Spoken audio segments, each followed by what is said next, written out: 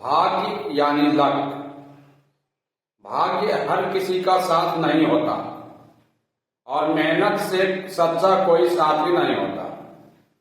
जी हाँ दोस्तों, याद रखिएगा, भाग्य हर किसी का साथ नहीं होता और मेहनत से कोई सच्चा साथी नहीं होता।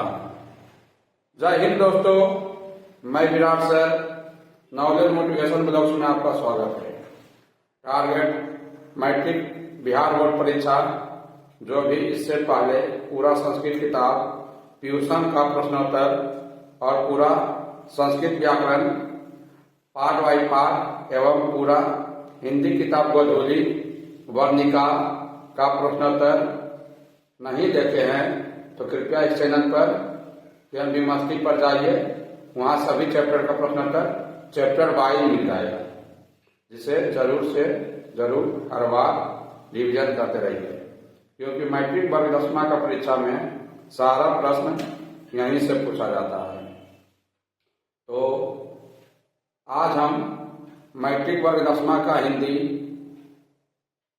व्याकरण का पार्ट 3 यानी भाग 3 का प्रश्नोत्तर करने वाले हैं। और जो भाग 1 और 2 नहीं देखे हैं, कृपया जाकर इसी चैनल पर देख लें। पार्ट बाई पार्ट करके बताया हुआ है, क्योंकि वहां से बहुत क्वेश्चन पूछा जाता है। तो हिंदी व्याकरण का भाग 3 का प्रश्नोत्तर करने वाले हैं, जो परीक्षा की दृष्टि से बहुत जरूरी है। तो समय न गवाते हुए, क्योंकि वक्त कम है, जितना दम है उतना लगा दो। कुछ लोग को मैं जगाता हूँ और कुछ लोग को आप जगा दो। तो ये रहा आज का हिंदी व्याकरण का क्वेश्चन नंबर 1। हिंदी व्याकरण, हिंदी ग्रामर का भाग 3, हमारा इच्छा सबको शिक्षा। हिंदी व्याकरण अर्थात हिंदी ग्रामर का पार्ट 3 का पहला क्वेश्चन। क्वेश्चन नंबर 1 है, संस्कृत भाषा का जनक किसे कहा जाता है? उत्तर, महर्षि पाणिनि। ठीक इसी तरह है, हम हिंदी व्याकरण पढ़ रहे हैं, इसलिए हिंदी व्याकरण के बारे में भी जानेंगे। हिंदी व्याकरण का जनक किसे कहा जाता है? उत्तर, श्री दामोदर पंडित। हिंदी व्याकरण का जनक श्री दामोदर पंडित को कहा जाता है। क्वेश्चन नंबर 2, हिंदी भाषा के पाणिनि किसे कहा जाता है? उत्तर, आचार्य किशोरी दास वाजपेयी। क्वेश्चन नंबर 3, हिंदी का जनक किसे कहा जाता है? उत्तर, भारतेंदु हरिश्चंद्र। क्वेश्चन नंबर 4, व्याकरण के कितने भेद होते हैं? उत्तर, 5। क्वेश्चन इसी तरह हो जाएगा, व्याकरण के 5 भेद कौन कौन होते हैं? उत्तर, वर्ण विचार, शब्द विचार, वाक्य विचार, पद और चिन्ह विचार या छंद विचार। 5। क्वेश्चन नंबर 5 है, वर्ण कितने प्रकार के होते हैं? उत्तर, 2। कौन कौन? क्वेश्चन इस तरह आएगा, वर्ण 2 प्रकार के कौन कौन होते हैं? उत्तर, स्वर वर्ण और व्यंजन वर्ण। ठीक इसी तरह क्वेश्चन रहेगा। क्वेश्चन नंबर 6, स्वर वर्ण की संख्या कितनी होती है? तो 11 स्वर वर्ण कौन कौन है? तो आ, अकरा, हर्षई, दुर्गाई, हर्षाऊ, दुर्गाऊ, री, ए, ऐ, ओ, औ। अगला क्वेश्चन है, व्यंजन वर्ण की संख्या कितनी होती है? 33। क्वेश्चन इसी तरह रहेगा सेम, व्यंजन वर्ण की संख्या 33 होती है, जो कौन है? जो कौन कौन है? तो उत्तर हो जाएगा, कवर्ग, चवर्ग, टवर्ग, तवर्ग, पवर्ग। यहाँ तक हो गया, कवर्ग से लेकर पवर्ग तक 25 को। और बाकी या, रा, ला, वा यानी अंतःस्थ वर्ण और संघर्षी या उष्ण व्यंजन, तलब सा, मूर्धन सा, दंती सा, हा। टोटल मिलाकर कुल व्यंजन वर्ण की संख्या 33 होता है। इधर आइए, कुछ रह गया है, अयोग वा वर्ण की संख्या कितनी होती है? 2। कौन कौन? तो अनुस्वार और आ। री का उच्चारण स्थान कहां से होता है? री, तो मूर्धा से। क्वेश्चन नंबर 8 है, उच्चारण स्थान यानी हम बोलते हैं तो कहां से, किस स्थान से हमारा मुंह से आवाज निकलता है? तो कवर का उच्चारण स्थान होता है कंठ, चवर का उच्चारण स्थान तालु, टवर का मूर्धा, तवर का दंत, पवर का होस्ट, तलब सा का तालु, मूर्धनी सा का मूर्धा, दंती सा का दांत, आ कंठ, आ अकार आ कंठ, हर्षाई दीर्घाई तालु, हर्षाऊ दुर्गाऊ ओष्ठ, ए आय कंठ, कंठ तालु दोनों हो जाता है ए और आय, ओ औ कंठ ओष्ठ, अनुस्वार नासिक, आह कंठ। आगे आइएगा 9 नंबर, क्वेश्चन नंबर 9। हिंदी में प्रमुख विराम चिन्ह निम्नलिखित है जो इस प्रकार है। ध्यान रखिएगा चिन्ह, पूर्ण विराम का साइन यानी चिन्ह इस तरह होता है, फुल स्टॉप जिसको बोलते हैं, अल्प विराम जिसको इंग्लिश में बोलते हैं कॉमा, इस तरह होता है, ध्यान रखिएगा। प्रश्न सूचक चिन्ह यानी क्वेश्चन मार्क का चिन्ह इस तरह होता है, ध्यान रखिएगा। विस्मयादि बोधक चिन्ह का चिन्ह इस तरह होता है। उपविराम विसर्ग जैसा होता है, निर्देशक डैश जैसा होता है, योजक भी डैश जैसा होता है, और कोष्ठक यानी ब्रैकेट, ब्रैकेट 3 तरह का होता है, बड़की मंथली और छोटकी। और संक्षेपक जीरो जैसा होता है, त्रुटिपूर्ण यानी कोई गलत होने पर त्रुटि देकर इसको लिखा जाता है जो इस तरह होता है। अर्धविराम जिसको बोलते हैं इंग्लिश में सेमीकोलन, इस तरह होता है। उद्धरण चिन्ह जिसको बोलते हैं इंग्लिश में डबल इन्वर्टेड कॉमा, जो इस तरह होता है। आगे आइएगा, यहाँ पर एक हिंदी में वचन कितने प्रकार के होते हैं, तो 2। हिंदी में 2 वचन कौन कौन है, तो एक वचन और बहुवचन। आगे आइएगा, क्वेश्चन नंबर 10। हिंदी में कुल वर्णों की संख्या कितनी होती है, तो 52, जिसमें व्यंजन वर्ण की संख्या 33, स्वर वर्ण की संख्या 11, अयोगवाह वर्ण की संख्या 2, संयुक्त वर्ण की संख्या 4, कौन कौन, छात्रा श्रागियां। उत्क्षिप्त व्यंजन की संख्या 2, कौन कौन, तो अड़ा और ढा। आगे आइएगा 11 नंबर क्वेश्चन है, क्वेश्चन नंबर 11। व्यंजन वर्ण का कितना प्रकार होता है, तो 3।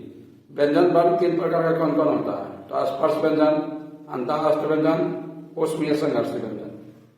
क्वेश्चन नंबर 12 है अल्प प्राण, तो प्रत्येक वर्ग का प्रथम, तीसरा और 5वां वर्ण के अलावा या लावा अल्प प्राण कहलाता है।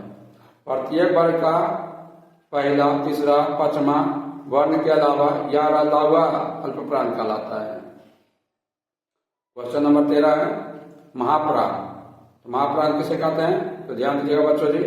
प्रत्येक वर्ग का दूसरा, चौथा वर्ण के अलावा तलब, समुदर, सदमटी सा और आ महाप्राण कहलाता है। प्रत्येक वर्ग का दूसरा, चौथा वर्ण के अलावा तलब, समुदर, सदमटी सा और आ महाप्राण कहलाता है, ध्यान दीजिएगा। क्वेश्चन नंबर 14 है घोष वर्ण, घोष वर्ण किसे कहते हैं, ध्यान रखिएगा बच्चा जी। प्रत्येक वर्ग का तीसरा, चौथा और 5वां वर्ण के अलावा या, रा, ला और हा घोष वर्ण कहलाता है। क्वेश्चन नंबर 15 अघोष वर्ण किसे कहते हैं, तो ध्यान दिएगा उत्तर। प्रत्येक वर्ग का पहला, दूसरा के अलावा तलब, समुदान सा, डंटी सा अघोष वर्ण होते हैं। प्रत्येक वर्ग का पहला, दूसरा के अलावा तलब, समुदान, डंटी सा क्या कहलाता है, तो अघोष वर्ण कहलाता है। आगे आइएगा, क्वेश्चन नंबर 16 भाषा कितने प्रकार के होते हैं, उत्तर 2 प्रकार का।